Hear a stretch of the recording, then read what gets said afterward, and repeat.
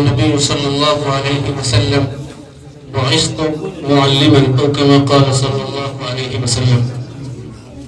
عزیز طلبہ اور طالبات، آپ تقریباً صبح سے تک بیٹھے ہوئے ہیں اور مختلف عنوان پر مختلف لینگویج میں، زبانوں میں خطابات اور تقریر اور اسپیچز پیش کیے گئے.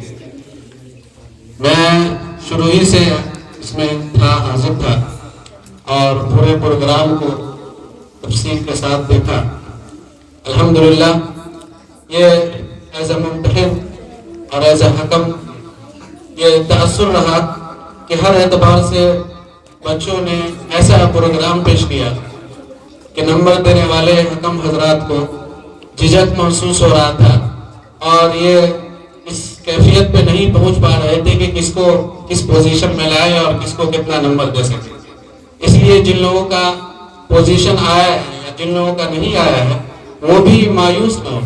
سب لوگوں نے انگریزی تقریر اس طرح سے بچے پیش کر رہے تھے کہ آپ اگر اسکول میں جا کر دیکھیں گے تو چھوٹے چھوٹے بچے اس طرح سے بلا جھجک انگریزی نہیں بول پاتے ہیں.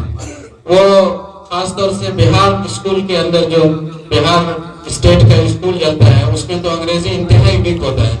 ماشاءاللہ انگریزی اس اعتبار سے بچے جو ابھی فرسٹ سیکنڈ تھرڈ کے اندر ہے اس طرح سے پیش کرنا یہ ان کے لیے مستقبل میں فیوچر میں ایک کامیابی کی طرف قدم ہے. اللہ مزید علم کے اندر ترقی عطا فرمائے. اردو تقریر بھی اس طرح سے انہوں نے پیش کیا کہ بعض بچیاں ایسی تھی کہ لگ رہا تھا کہ وہ بغیر رٹے ہوئے اور اس طرح سے پیش کر رہی ہے کہ کوئی جھجک محسوس نہیں ہو رہا ہے، جس طرح سے کوئی بڑا عالم بھی اور کوئی بڑا آدمی بھی اس طرح سے تقریر نہیں کر پاتا ہے. تو یہ سب چیزیں ایسی ہیں جو اس ادارے کے لیے اور ہم لوگوں کے لیے اور محلہ والوں کے لیے خوشی کی بات ہے. ہمیں اس ہر اعتبار سے اس کا جو ہے ساتھ دینا چاہیے اور اسے ہر ممکن آگے بڑھنے کی کوشش کرنی چاہیے. اس سے پہلے بھی میں اس طرح کے پروگرام میں شریک ہو چکا ہوں اور دیکھتا رہتا ہوں. مولانا عرفان صاحب ندوی وہ ہمارے رفیق بھی ہیں، مخلص بھی ہیں، ہمارے بڑے بھائی کی طرح ہے. کبھی جب بھی اس طرح کا پروگرام ہوتا ہے یا کوئی بات ہوتی ہے تو وہ ہمیشہ یاد کرتے ہیں. لیکن میری بد نصیبی رہتی ہے کہ وہ پڑھائی کی وجہ سے یا مشغولیت کی وجہ سے حاضر نہیں ہو پاتا. بہرحال اللہ تبارک و تعالی اس ادارے کو ہر اعتبار سے ترقیات سے نوازے اور یہ ادارہ دن بدن چمکتا رہے، دمکتا رہے اور اتنا زیادہ آگے بڑھے کہ گاؤں ہی کے لیے نہیں بلکہ پورے علاقے کے لیے لڑکیوں کی تعلیم کے لیے ایک جو ہے انقلابی اور ایک ایسا ادارہ بنے جو ہر طرف اس کا چرچا ہو اور یہاں سے پڑھنے والی بچیاں ہر میدان کے اندر کامیاب ہو. بھائی اور بزرگوں اور عزیز طلبہ، یہ تعلیم ایک ایسا زیور ہے جس کے ذریعے آپ ترقی کر سکتے ہیں. تعلیم کے بارے میں کہا جاتا ہے کہ ایجوکیشن از دا کی آف سکسیس، کہ تعلیم کامیابی کا چابی ہے. اس کے ذریعے آپ ترقی پر جائیں گے، اس کے ذریعے آپ ایسی جگہ جائیں گے جہاں دوسری چیز کے ذریعے آپ نہیں پہنچ سکتے. تعلیم کے ذریعے آپ اچھا سوچنے والے انسان بنیں گے.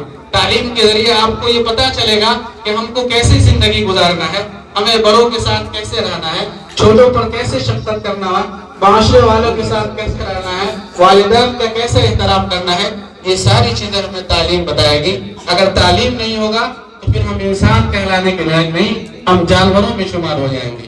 اس لیے ہمیں تعلیم خوب محنت کے ساتھ حاصل کرنا ہے اور بغیر محنت کی کوئی چیز نہیں آتا. علم کے بارے میں کہا جاتا ہے کہ العلم نور الجہل موت. علم جو ہے وہ روشنی ہے اور جہالت اگنورنس یہ ایک موت کے مانند ہے کہ جس انسان کے اندر تعلیم نہ ہو وہ گویا زندگی گزارنے کے اور وہ دنیا میں رہنے کے لائق نہیں ہے، اسے تو مر جانا چاہیے.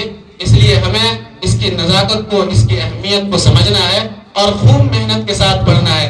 ایسا نہ ہو کہ یہاں پڑھا دیا جائے اور جب ہم یہاں سے نکلے تو پھر وہی ماحول میں ڈل جائے جس ماحول کے اندر ہمارے گاؤں کے بچے جو پڑھتے لکھتے نہیں ہیں اس ماحول میں چلے جائے.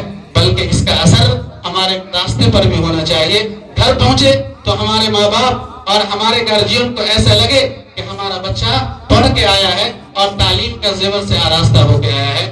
ایسا بن کر کے اگر ہم رہیں گے تو پھر جو لوگ نہیں آ رہے ہیں اور جو گارجین اپنے بچے کو نہیں بھیج رہے ہیں ان کو بھی حوصلہ ملے گا اور ان کے دل میں یہ بات آئے گی، وہ بھی اپنے بچے کو اس طرف لانے کی کوشش کریں گے.